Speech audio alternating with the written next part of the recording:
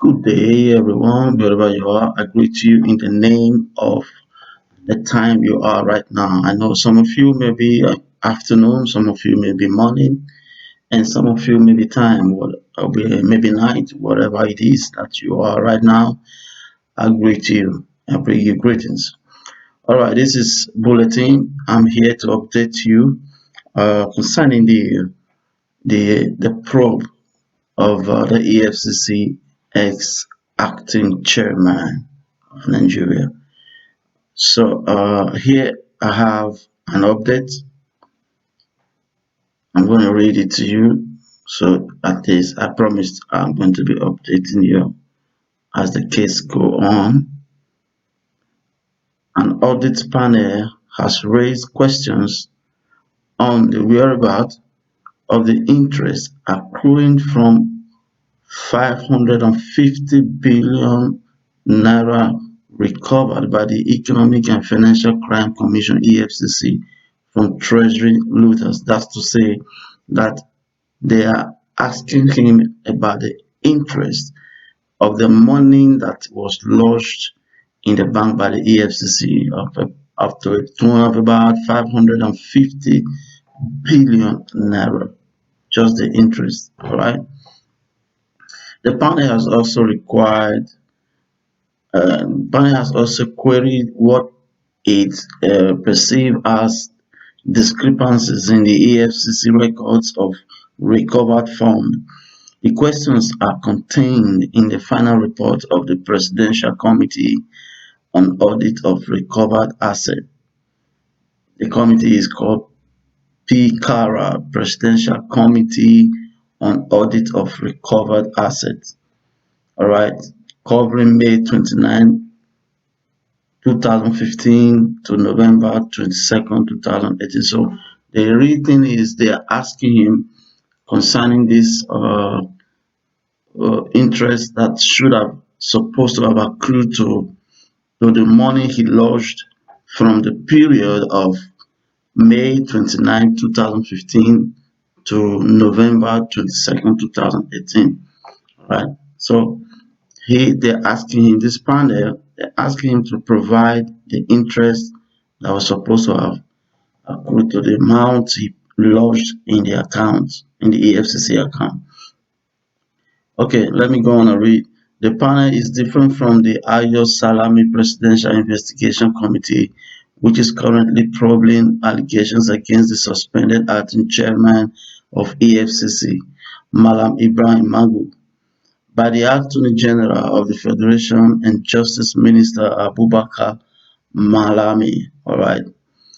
Sources said yesterday that none of the assets seized by the EFCC has been sold except the 244 trucks which a federal high court ordered to be disposed of by the deputy chairman registered of the FHC in conjunction with the Department of Petroleum Resources and the Commission. That's to say that the EFCC has only sold 244 trucks from the vehicles, out of the vehicles they asked him to sell. All right. The proceeds of the sales were remitted into the federal government recovery account. It was gathered.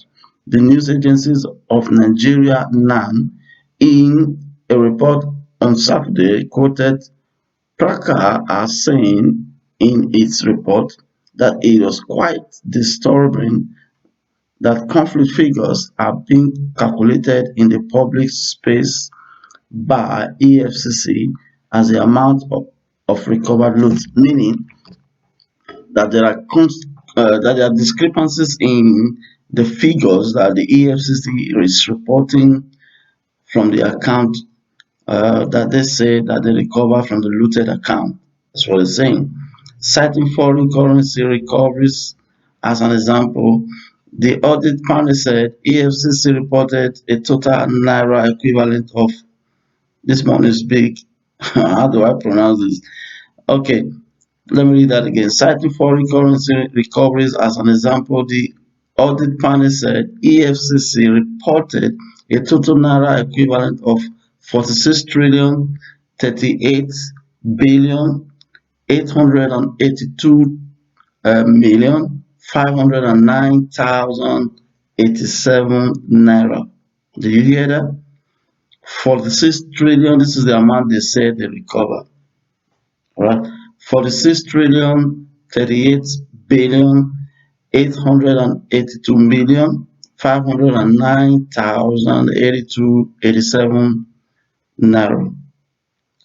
While the naira equivalent of the foreign currency lodgement were 37 trillion 536 billion 764 million 195,066 kobo, representing a shortfall of 8 trillion 505 billion 118 million 314,021 kobo. Okay, let me try to break it down. This committee is saying that the EFCC reported a total naira equivalent of 46 trillion, right? Why the naira equivalent of the foreign currency lodgement, is 37 trillion. Now there is a shortfall of a figure of 8 trillion, meaning 8 trillion naira is missing from the said amount that they declared after making conversion. That's the issue here. All right. These inconsistencies cast a serious doubt in the accuracy of figures submitted by the EFCC. It is the committee's view that the EFCC cannot be said to have fully accounted for cash recoveries made by it. Okay?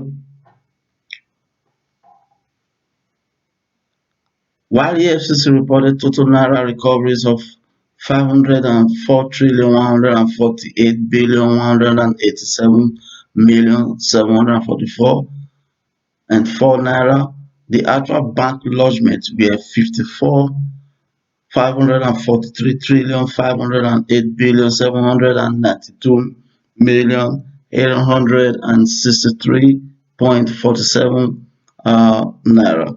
These discrepancies mean that EFCC actual lodgement exceeded its reported recoveries.